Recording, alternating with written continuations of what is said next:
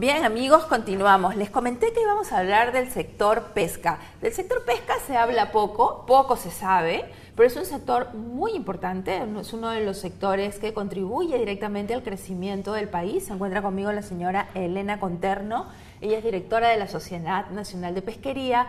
Va a venir a contarnos cómo está el sector, qué es lo que necesita, etcétera. Nosotros, la mayoría de los peruanos como usuarios, ¿en qué nos fijamos? En el pescado, directamente. Nos encanta comer ceviche, sabemos que es súper nutritivo, sabemos que previene enfermedades, que durante el embarazo y la lactancia es fundamental, y así una serie de bondades. Pero ¿qué hay detrás del pescado que llega hasta nuestra mesa? No lo sabemos, así que para eso está la señora Conterno con nosotros. ¿Cómo está, señora? Un gusto, Ana, un gusto de poder compartir. Efectivamente, pues la pesca es una actividad importante del país. El Perú pues ha sido bendecido con la corriente de Humboldt, que trae una gran productividad en nuestro mar, y eso implica pues no solamente abundancia, ¿no? Especies como la anchoveta, que es la pesquería más grande del mundo, como también diversidad, ¿no? Tenemos pues múltiples especies, digamos, en muchas incluso no explotadas, que implican pues a un ecosistema muy rico. Yendo a lo primero, el tema de relación de los consumidores y el mar, los peces, efectivamente pues hay una gran diversidad que uno encuentra en los mercados. A veces las preferencias de los consumidores van por determinadas especies, ¿no? Entonces, claro, el mar tiene una capacidad de carga.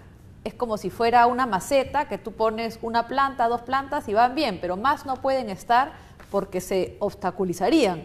Igual es el sentido de las especies, tienes un tamaño, digamos, de biomasas y, digamos, por lo tanto, una capacidad de pesca. Entonces, lo que viene pasando en el país y en realidad en el mundo es que ya del mar no nos puede dar más, ¿no? Hay una estabilidad, digamos, en las capturas, ¿no? Y, digamos, la población crece y el nivel de ingresos crece y cada vez se aprecia más el pescado, y entonces eso significa que hay más demanda, ¿no? Que está haciendo que los precios se hayan incrementado, ¿no? Yo sé que a veces pues hay molestias, ¿no? Digamos, pero es como inevitable, digamos, que esa demanda adicional tenga esta presión. La solución viene por la acuicultura, ¿no? Así como en el caso de los pollos, que cultivamos pollos para que haya más oferta. En el caso de los peces, la posibilidad es criar peces vía acuicultura para, digamos, enfrentar esa demanda creciente, ¿no? ¿Podría explicarle a la gente, o sea, hasta aquí entendemos perfecto, ¿no? El mar tiene una capacidad, de ahí no se puede sacar porque ya es afectar el ecosistema. Así es. Entonces, dejamos el mar tranquilo. ¿Qué es una acuicultura? ¿Es como una granja especial? Exacto, es muy parecido a, digamos, a la agroindustria, es muy parecido a otros cultivos en que tú, digamos, tienes alevines, ¿no? Los pescaditos chiquititos, ¿no? Los ves crecer, los alimentas, ves el agua, evitas que tengan enfermedades, ¿no? Entonces, y una vez que crecen, los cosechas, ¿no? Los cultivas y los llevas a los mercados, ¿no? Entonces, es la forma, digamos, si quieres, con injerencia humana, en que se tienen, digamos, más peces, ¿no? Entonces, la acuicultura ha venido creciendo mucho en el mundo, se ha pasado pues de 5 o 10 millones de toneladas métricas hace 20 años a 90, 100, a nivel de peces 80 actualmente y 100 en total, teniendo en cuenta algas y otros. Entonces, es una actividad de gran crecimiento justamente por esta creciente demanda de proteína, y entonces que lleva, insisto, a la acuicultura. Entonces, es una actividad, digamos, que está creciendo. En el Perú tenemos 3 especies, digamos, a nivel de la acuicultura principales, que son la trucha, ¿no? Que son los langostinos y son las conchas de abanico. Hay otras, digamos, hay tilapia, hay paco, hay otras más pequeñas, pero las 3 principales son esas. Y de hecho es un tema que se discute, ¿no? ¿Cómo potenciamos más la acuicultura en el Perú? ¿Nos alcanza la acuicultura en el Perú? Digamos, como en todo país, digamos, por más pesquero que sea, siempre hay algunos productos que exportas y otros que importas, ¿no? De hecho, pues la trucha, concha de abanico y langostinos no son los más competitivos en precio, ¿no? Pero tenemos también especies, ya sea de acuicultura de otros lados, pero también locales del mar, que pueden ser más consumidas. Y yendo a eso y al tema de la sostenibilidad, ¿no? Claro, nosotros nos enfrentamos, Silmar, y decimos, bueno, queremos más pescado, ¿no? Ajá. Y ahí nosotros, de hecho, como sociedad, tenemos una campaña que se llama Salvemos al Ceviche, un poco para resaltar, ¿no?, los mensajes de la importancia de todos, cómo podemos actuar para buscar la sostenibilidad. Y ahí, como consumidor, digamos, creo que tenemos que ver este concepto de la pesca del día, es decir, no ir a la casera y decirle yo quiero corvina, chita, lenguado, no, ir, bueno, ¿qué te ha dado el mar hoy día? Ah, ¿no? Eso es muy importante. Gran de, consejo, señora Conterno, ¿eh? Claro, porque así también como consumidor puedes colaborar, porque si tú vas con una idea fija, claro, también estás poniendo una presión sobre ese recurso. En cambio, si justamente el mar ha dado algo porque es temporada, porque hay abundancia, pues eso, digamos, ayuda a la sostenibilidad. Lo segundo es que hay determinadas especies que abundan en nuestro mar, en general, entonces tratar de preferir esas especies.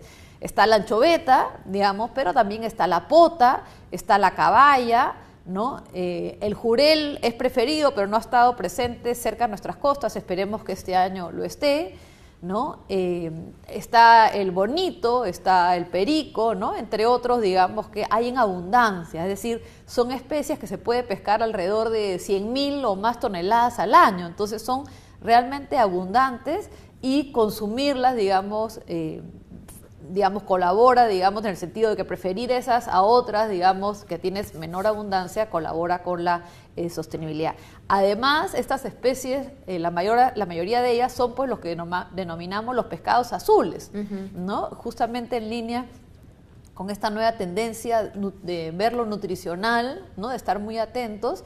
Bueno, el pescado, su principal atributo es el omega 3, ¿no? Y ese está en los pescados azules, ¿no? Ese está en esa a veces partecita media negrita que a veces la gente no se no come. le gusta comer. Pero esa es justamente la parte más nutritiva que debemos preferir, ¿no? Segundo gran consejo, viene directamente de la Sociedad Nacional de Pescaría, o sea, aquí no hay pierde. Pidan la pesca del día. O consuman anchoveta, pota, caballa, jurel, bonito, perico, digamos lo que es más usual, y se comen la partecita negra, porque es muy de todas nutritiva. maneras. Bueno, esta es la parte de la acuicultura, pero cuando uno empieza a mirar la pesca, parece que todo fuera anchoveta. ¿Qué pasa? A ver, a nivel de grandes números, ¿no?, y sobre todo pensando en las exportaciones, digamos, tú tienes que la principal industria, digamos, a partir de la pesquería es la anchoveta. Como te decía, la anchoveta, digamos, es la especie más grande del mundo. Digamos, no solamente es una pesquería grande en Perú, sino es la más grande del mundo. La última medición, de hecho, nos ha dado 11 millones de toneladas, ¿no? Y no es un error, efectivamente son 11 millones de toneladas que hay, digamos, de biomasa disponible, que se han visto, se han medido. ¿Medición dónde? ¿En el mundo? No, esto es en Perú nada más, en las costas peruanas, en el norte-centro, de hecho, porque en el sur hay otro stock. Entonces, es una biomasa muy importante que da lugar, digamos, a la industria de ingredientes marinos, ¿no?, que básicamente es la fabricación de harina y aceite de pescado. Entonces, te decía, a nivel de lo que son las exportaciones, el Perú más o menos exporta 3.000 millones de dólares al año en total de productos pesqueros, 2.000 vienen de harina y aceite de pescado, 700 de lo que son conservas congelados y 300 de lo que es acuicultura, ¿no? Eso es grandes números, entonces sin duda lo que es la industria de ingredientes marinos es importante a nivel de las exportaciones peruanas. Es también importante, digamos, no solamente, digamos, como por actividad económica, genera empleo, genera actividades indirectas, sino que además algo relevante en este país es que se hace a nivel descentralizado, ¿no? Esta es una actividad que se hace a lo largo de las ciudades costeras, de los puertos pesqueros, generando pues empleo fuera de Lima, que es muy apreciado y en muy buenas condiciones. Tercero, también sobre la relevancia, destacar pues que la industria de ingredientes marinos justamente es la que ha permitido el crecimiento mundial de la acuicultura, ¿no? Porque los peces, digamos, que criamos hay que alimentarlos, digamos, una gran parte son cultivos alimentados, y básicamente a la harina y el aceite de pescado se consideran insumos estratégicos que por un lado, digamos, le van a dar al producto final el omega 3 y por otro, a nivel de lo que es la proteína y también el aceite, permiten un crecimiento, digamos, rápido, un crecimiento sin enfermedades, que por lo tanto pues no tengan que darle antibióticos a los peces. Entonces, son dos ingredientes estratégicos que han permitido que la acuicultura mundial pues pase de 10, en el caso de peces, de 10 a 80 millones de toneladas en los últimos años, y sin duda en ese escenario pues la harina y el aceite peruano pues son muy apreciados y demandados pues para este crecimiento. O sea, ¿no? es demandado para poder fomentar acuicultura en los países que nos compran esos productos. Y acá también, y acá ¿no? también, acá también especies como el langostino, digamos, también, y también la trucha consumen, digamos, harina y aceite de pescado, pero en general, digamos, esto es un tema relevante, la industria es relevante a nivel de la seguridad alimentaria mundial, digamos. Cuando se mira el futuro, cuando la FAO hace proyecciones de futuro y estima las demandas de proteína, las demandas de los distintos alimentos, sin duda ve que la acuicultura va a crecer y eso para ello requiere y está esta industria de harina y aceite de pescado, ¿no? Hace un tiempo hubo problemas con las cuotas de pesca de la anchoveta. ¿Cómo va eso? Bueno, creo que la mejor prueba, digamos, de la buena gestión que hace tanto las entidades públicas como la industria es la medición, digamos, de inicios de este año, ¿no? Que nos dio 11 millones de toneladas de anchoveta, que ha sido un nivel 35% por encima del promedio de los últimos 25 años. Pero la gente no entiende, eso significa que sea respetado, o sea, que no sea depredado. Por supuesto, eso lo que significa es que hay abundancia, ¿no? Lamentablemente, a veces, pues, por distintas razones, hay quien, yo les llamo, existen los Nostradamus de la pesca, ¿no? Así. Que cada cierto tiempo salen y dicen depredación, salen y dicen malas prácticas, ¿no? Pero año a año la medición te dice que hay una estabilidad de la biomasa, ¿no? Y, insisto, ¿no? Incluso este año lo que hemos visto es una biomasa muy por encima del promedio, ¿no? Entonces eso más bien confirma, ¿no? De la buena gestión, las buenas prácticas pesqueras. Y eso pues a pesar, digamos, que hemos tenido años muy malos, ¿no? Porque hemos tenido años con niños, años con muchas anomalías, 4 años en rojo a nivel de la industria. Wow. De hecho, este año recién esperamos pues ya retomar los niveles que teníamos antes y poder un poco planchar, digamos, todos los problemas que han habido, digamos, y mejorar el sistema, la calidad financiera, digamos, que se viene manejando, ¿no? Para enfrentar los años difíciles. Pero volviendo, ¿no? Está, digamos, lo principal es la biomasa, que te dice que ha habido estabilidad y este nivel elevado. Segundo, el reconocimiento de los expertos a nivel mundial. Tienes, por ejemplo, la FAO, que le hizo una auditoría al IMARPE en 2014 y que lo que hace principalmente es destacar, alabar la buena gestión, digamos, que hace. Está el Banco Mundial, que pone el sistema de gestión de la anchoveta con cuotas individuales como un ejemplo a nivel mundial. Hay hasta un video y que difunde, digamos, como un buen sistema.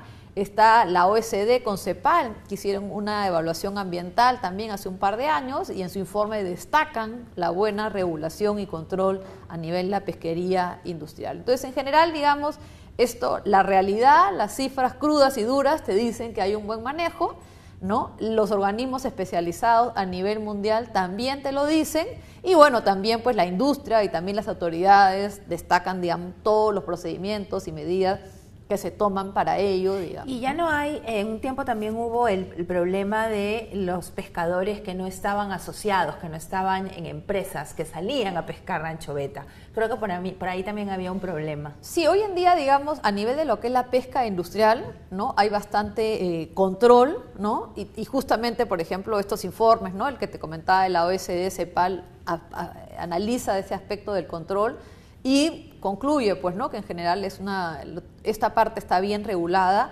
Todavía existen a nivel de flotas artesanal y menor escala ciertos problemas, ¿no? Cada semana hay una noticia, digamos, o quincenalmente, de pescado secado en pampa o de embarcaciones, digamos, con anchoveta que no tenían permiso. Entonces, saludamos los esfuerzos que se vienen haciendo, consideramos que hay que redoblarlos, digamos, para tener realmente, garantizar el buen manejo, la sostenibilidad de esta pesquería, ¿no? De hecho, nosotros como sociedad tenemos un programa, ¿no? Para mejoramiento de la pesquería, ¿no? Para llegar al estado de certificable, ¿no? Que es algo que es, digamos, apreciado en el mundo. Y uno de los aspectos a abordar es este del adecuado control de la flota artesanal y menor escala. Si queremos que nuestra pesquería anchoveta sea certificable, tenemos que abordar, digamos, férreamente este aspecto del adecuado control y trazabilidad para, digamos, dar el mensaje al mundo, digamos, de que realmente todos los aspectos están debidamente abordados. Ahora, ¿los derechos de pesca de la anchoveta pagan algún impuesto? Sí, pagamos... hacemos pagos importantes, ¿no? No solamente es lo que es derecho de pesca, sino además hay todo un programa de control y vigilancia, hay también, digamos, un aporte extraordinario para jubilados que quedaron al desamparo, ¿no? Y ahí precisar, ¿no? No se trata de la seguridad social de los trabajadores activos, digamos, ni de los pasivos, eso se pagó en su momento, pero la caja del pescador quebró y básicamente, a diferencia de otros sectores que cuando cobraron las cajas, el Estado asume, en este caso se pasó, digamos, la factura a la industria, ¿no? La industria siempre ha estado del lado de esta población, tratando de buscar salidas, ¿no? Y entonces, frente a la quiebra de la caja, se crea un régimen especial, digamos, para dar una subvención económica que se financia también con un pago. Entonces, volviendo al tema de los pagos, son diversos pagos. En total son entre 12 y 15 dólares por tonelada métrica de anchoveta, ¿no? Es un pago importante, estamos hablando de aproximadamente 200 dólares el precio de la anchoveta, entonces es un porcentaje importante los pagos que se realizan. De hecho, es un tema que cada cierto tiempo se discute y como nosotros hemos dicho, nosotros apreciaríamos que se haga una discusión técnica porque eso nos permitiría decirle claramente a la sociedad peruana todo lo que se paga por el acceso a este recurso y de hecho nosotros en aras de, digamos, de informar adecuadamente, contratamos a la firma auditora Ernst & Young para que haga un análisis, digamos, sobre el gravamen, digamos, la carga de todos estos pagos.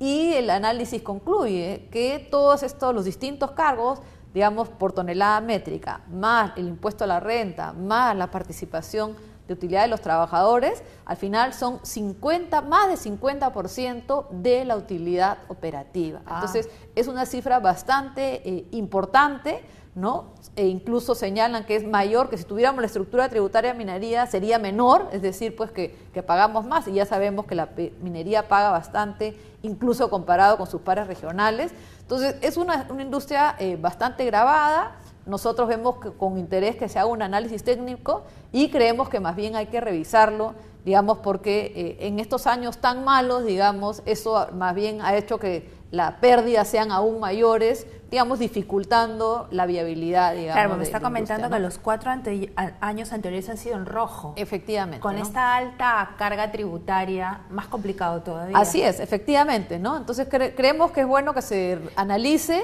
digamos, y en particular, porque cuando hay años rojos, digamos, no se elevan, como paradójicamente, cuando hay años más difíciles, suben las cargas, ¿no?, que cuando son años buenos, ¿no? Entonces creo que claro, eso hay que revisar. ¿Pero han conversado con el ministro? Bueno, es algo que se está discutiendo, ¿no?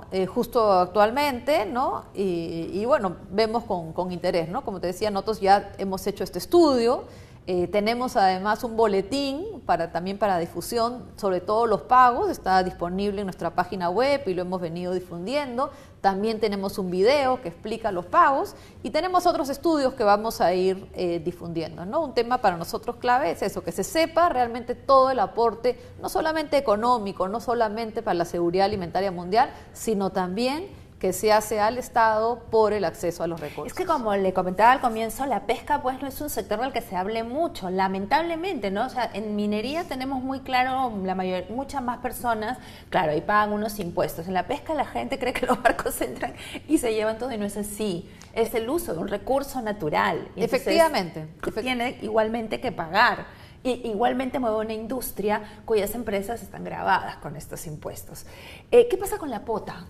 Bueno, la pota es la segunda pesquería peruana, ¿no? Es una pesquería también importante, más o menos se extraen al año entre 300.000, 400.000 toneladas. Es, digamos, lo que principal lo explica, digamos, la parte de exportaciones de congelados.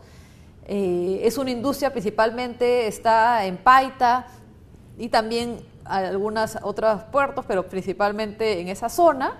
Y bueno, es una industria que la pesquería la desarrollan embarcaciones artesanales.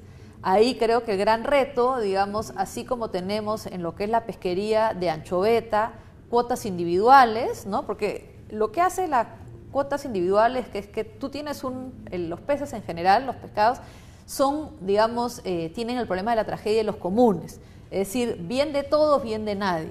Entonces, la solución, digamos, que se ha visto a nivel académico y de experiencia internacional es la asignación de cuotas individuales a quienes están en la pesquería para, por un lado, empoderarlos, digamos, para la gestión y por el otro, pues, alinearlos con la sostenibilidad.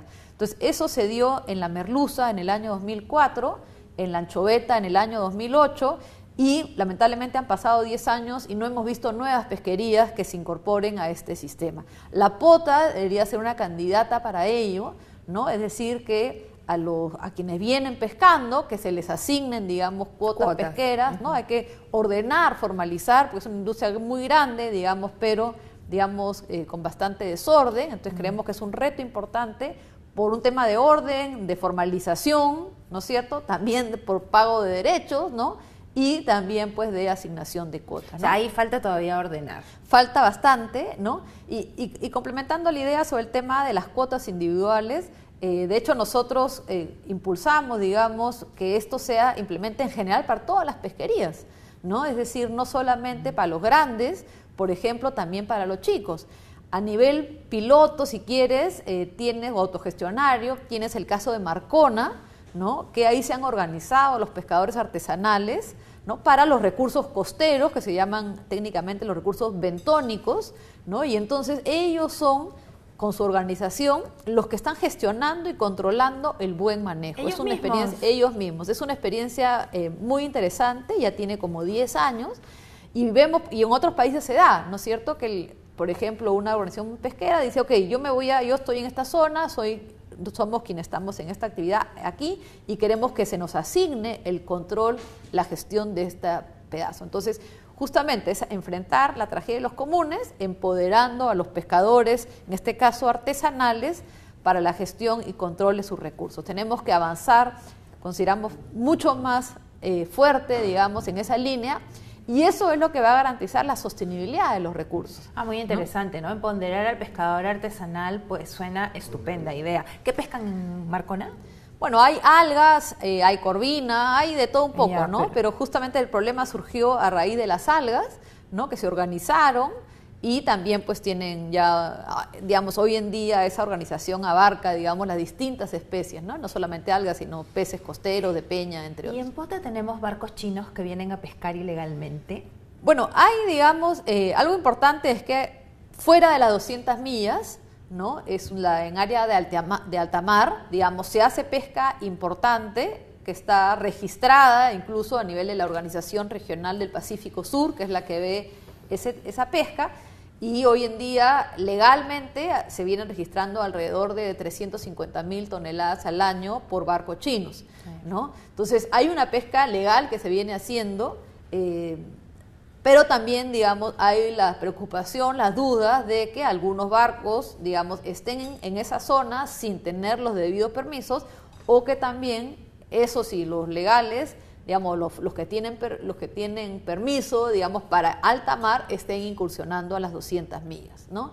Frente a ello, sabemos que tanto DICAPI como el Ministerio de Producción han venido tomando diversas medidas, digamos, para el debido control, ¿no? Es un tema que está ahí en discusión, ¿no? Yo creo que hay que reforzar, sin duda, los controles, ¿no? Para que no haya incursión a las 200 millas, se respete, digamos, la soberanía de Perú sobre ese espacio y, digamos, que haya las sanciones más drásticas, ¿no? Porque hay pesca ilegal en alta mar, existe, ¿no? Y hay que, como país, creo que tenemos que tomar las medidas más drásticas cuando se detecten casos y además hacer, digamos, también unas relaciones diplomáticas contra el país bandera de estas embarcaciones, que finalmente el país bandera es quien más puede accionar, más poder de coerción tiene frente a esos barcos, ¿no? Última pregunta, señora Conterno, para darle un panorama a nuestros televidentes grandes de la pesca. Perú tiene industria pesquera para exportar y para consumo interno. ¿Qué es más? Bueno, hay de las dos cosas efectivamente. A nivel, digamos, de lo que es pesca que va a los mercados, hoy en día tienes aproximadamente 600.000 toneladas, digamos, de pescado que va como fresco, digamos, a los distintos mercados del país. A nivel de lo que es congelado, principalmente la pota, ¿no? Hay cierto consumo, pero principalmente se exporta como congelado. Y a nivel, digamos, de lo que es anchoveta, ¿no? Hay cierta cantidad a nivel de lo que es conserva, pero principalmente es harina y aceite de pescado, que parte se queda, pero principalmente se exporta al mundo. Entonces, esta es una actividad, por eso te decía, cuyo valor, uno, es que soporta la acuicultura mundial, segundo, que soporta la actividad económica de las ciudades costeras con muchos encadenamientos, ¿no? De hecho, hay pesca, empieza la venta de cemento, ¿no? Digamos, hay mucha interrelación con el dinamismo económico, ¿no? Y bueno, eso hace pues que haya un impacto en las ciudades y en la economía de los hogares. ¿Y cuál es el zona, ¿no? objetivo principal en este momento de la pesquería? Bueno, en primer lugar, el tema de sostenibilidad. No siempre en los recursos renovables la sostenibilidad debe ser, digamos, la primera preocupación de todos, y para ello, como te decía, ir hacia el empoderamiento de todos los pescadores vía asignación de derechos resulta fundamental. Segundo, el tema de la innovación, ¿no? Nosotros, digamos, a nivel de lo que es ingredientes marinos, estamos en una agenda de innovación tecnológica, ¿no? Que está difundida, está publicada en nuestra página web, que identifica 4 proyectos, 2 de los cuales están en ejecución, porque vemos que hoy en día nuestros ingredientes son utilizados para dietas acuícolas, pero nuestra visión es que de acá a 5 o 10 años esos ingredientes van a servir para enriquecer alimentos para las personas. Es decir, que te estés comiendo un tallarín saltado, ya ese tallarín, ¿no? O un tallarín con verduras, y ese tallarín ya tenga proteína, que no sea perceptible para ti, pero ya tenga, digamos, haya sido enriquecido con la proteína. Entonces creemos que esa es una forma, digamos, interesante de utilizar estos nutrientes, ¿no? Insisto, hoy en día van, digamos, a dietas acuícolas, y entonces lo que consumen las personas es los peces cultivados, ¿no? Vemos que vía alimentos nutracéuticos, ¿no? Podemos llegar también más directamente, entonces es algo que se viene trabajando. Y tercero, yo te diría también, si bien está vinculado a innovación, pero es, digamos, una inversión más fuerte a nivel sobre todo de todo lo que es la flota artesanal en lo que es refrigeración, ¿no? Básico, ¿no? La calidad del pescado lo sacas del mar y empieza a oxidarse. Entonces, la refrigeración, el uso del hielo son fundamentales. Y las cadenas, digamos, para me la van a calidad. matar por el tiempo, pero el tema es súper interesante, las cadenas de frío. Sin duda, ¿no? El tema de garantizar las cadenas de frío, digamos, garantiza la inocuidad de los productos. Por eso yo siempre digo, el pescado más fresco es el congelado. Es que porque ni bien se pesca, se enfría, se congela, digamos, y no se oxida. Hay países que tienen los barcos en alta mar, pescan y ahí congelan.